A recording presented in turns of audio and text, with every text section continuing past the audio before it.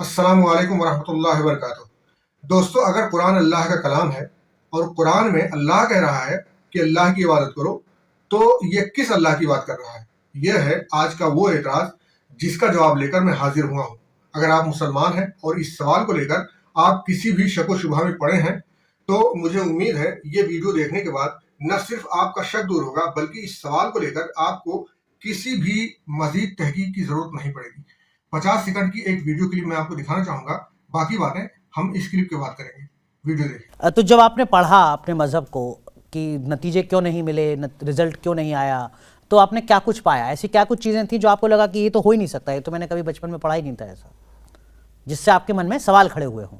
पहली जो हमारी फर्स्ट सूरह जो मैंने अभी आपको पढ़ के सुनाई ना, अल्हम्दुलिल्लाह रब्बिल आलमीन अर्रहमान अर्रहीम मालिक, इसमें टोटल हमें ये बता, इसका जो तर्जुमा है ना, टोटल ये बताया जा रहा है कि वो अल्लाह यानी कि थर्ड पर्सन एक हमें अल्लाह के बारे में बता रहा। तो जो वो अल्लाह का कलाम है, खुदा बोल रहा है कुरान के अंदर, खुदा के ज़बान चल रही है, तो उसमें ये इस आयत का, इस सूरह का क्या मतलब बनता है? वो कहाँ से अल्लाह बोल रहा है? अल्लाह तो किसी और के बारे में बोल रहा है कि तुम अल्लाह की इबादत करो। वो कौन से अल्लाह की इबादत को बोल रहा है? यहाँ मुझे शक हुआ। तो ये है इसका एतराज़। जवाब सुनने से पहले ये जान लें कि एतराज़ उठाने वाला ये शख्स है कौन। ये एक भटकती आत्मा है। मुसलमानों को गालियाँ देना, पैगंबर मोहम्मद सल्लल्लाहु अलैहि वसल्लम को गालियाँ देना, अज़वाज मुतहरात पर गंदे गंदे अल्फाज गढ़ना इसका कारोबार है। आप सोच रहे होंगे ये कैसा कारोबार है, तो मैं बता दूं कि ये कोई मजाक नहीं है, ये इसका पेशा है। सोशल मीडिया पर जब ये मुसलमानों को गालियां देता है, पैगंबर मोहम्मद और अज़वाज मुतहरात पर गंदे गंदे अल्फाज घड़ता है, तो हिंदूवादी नफरती और आतंकी मानसिकता वाले इसी बात पर इसको पैसे देते हैं। मतलब ये कि इसके पास इसकी रोजी रोटी का यही एक वाहिद जरिया है। अगर ये मुसलमानों पर भूखना बंद कर दे तो ये भूखा मर जाएगा। यह है इसका तारुफ। अब आ जाते हैं असल टॉपिक पर। इसकी बातों के मुताबिक इसे यह समझ में आया कि कुरान को नाजिल करने वाला कोई और है और इसमें जिस अल्लाह की इबादत का हुक्म दिया गया है वो अल्लाह कोई और है। दरअसल कुछ जाहिलों के दिमाग में इस तरह का फूर तब आता है जब उन्हें कुरान के औसाफ और मकासिद का इल्म नहीं होता या जानना नहीं चाहते। कुरान की बातें उस वक्त तक समझना अधूरा रहता है जब तक ये मालूम ना हो कि कुरान है क्या। जिस तरह अल्लाह के औसाफ के मुताबिक अल्लाह के कई नाम हैं, रसूल के औसाफ के मुताबिक रसूल के कई नाम हैं, इसी तरह कुरान के औसाफ के मुताबिक कुरान के भी कई नाम हैं जो बताते हैं कि कुरान क्या है। इन्हीं नामों में से एक नाम है अल-हुदा। इसका माना होता है रहनुमाई और तरबियत, यानी कि ये कुरान इंसानों की रहनुमाई और तरबियत के लिए नाजिल हुआ है। कुरान में इसी को अल्लाह ने सूरह बकरा आयत नंबर 85 में इस तरह वाज़ेह किया है, हुदल लिन्नास, ये लोगों के लिए हिदायत है। तो इससे ये क्लियर हो गया कि कुरान क्या है। यह भी पता चल गया कि कुरान अल्लाह की जाती डायरी का नाम नहीं है, न अल्लाह की सवाने उम्री है, बल्कि कुरान अल्लाह की तरफ से एक मैसेज है। इसमें लोगों के लिए नसीहत है और इसे लोगों की तालीम और तरबियत के लिए नाजिल किया गया है।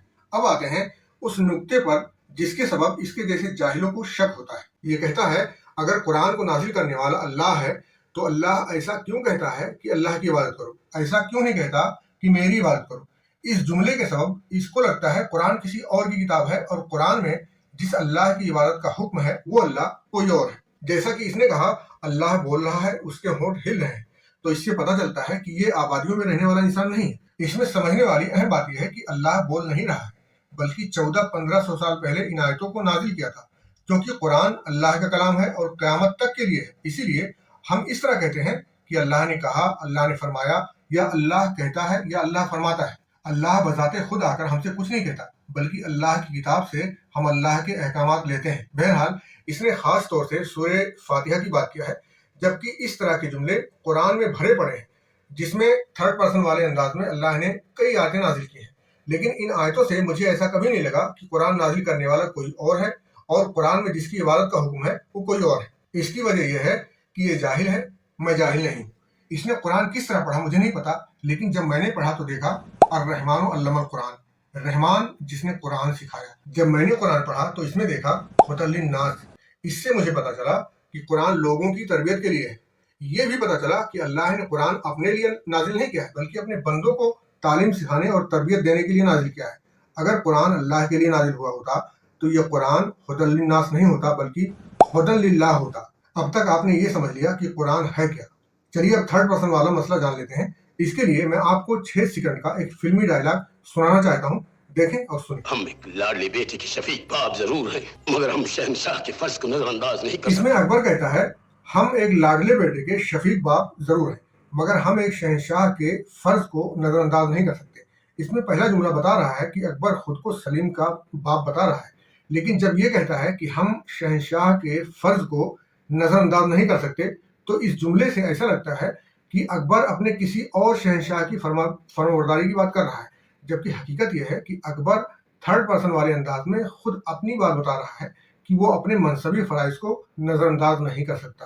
اس اسلوب کا مقصد اپنے روب و دبدبہ کا اظہار کرنا ہوتا ہے، اور یہ انداز خصوصاً بڑی ہستیاں اپناتی ہیں تاکہ اپنی شان، اپنا ایٹیٹیوڈ نمایاں رکھ سکیں. یہ اور بات ہے کہ انسانوں کا اللہ کے ساتھ کوئی مقابلہ نہیں ہے، لیکن تھرڈ پرسن والا اسلوب سمجھانا تھا، اسی لیے میں نے فلم والی اسٹوری کا مثال دیا. تو آپ خود سوچیں کہ اللہ جو تمام جہانوں کا پالن ہار ہے، بادشاہوں کا بادشاہ ہے، کیا وہ اس بات کا حق نہیں رکھتا کہ وہ اپنی جاہ و جلال، اپنی عظمت، اپنی شان و شوکت کے اظہار کے لیے ایسے جملے اپنے قرآن میں نازل کرے؟ بلکہ اس بات کا اصل حقدار اللہ ہی ہے. اب ہم یہ دیکھیں گے کہ کیا اللہ نے قرآن میں یہ نہیں کہا کہ میری عبادت کرو؟ آئیے دیکھتے ہیں. سورہ طٰہٰ آیت نمبر 12 میں اللہ نے فرمایا انی انا ربک، میں ہی تمہارا رب ہوں. اور اسی سورہ طٰہٰ کی 14 نمبر میں فرمایا اننی انا اللہ لا الہ الا انا فاعبدنی، میں ہی اللہ ہوں، میرے سوا کوئی معبود نہیں، تو تم میری ہی عبادت کرو.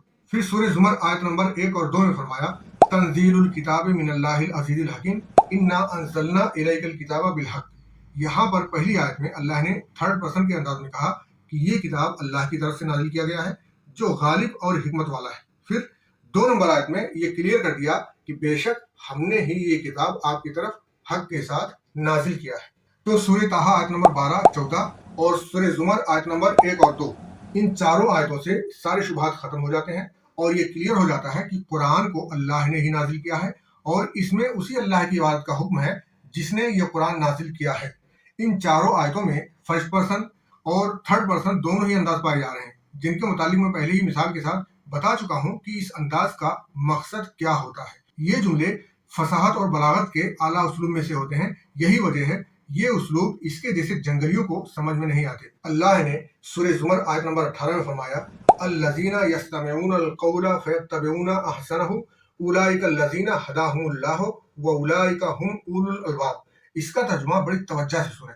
اس میں اللہ نے فرمایا جو لوگ بات کو غور سے سنتے ہیں اور اس کے صحیح پہلو کی پیروی کرتے ہیں، یہی وہ لوگ ہیں جنہیں اللہ نے ہدایت دی اور یہی عقل والے ہیں.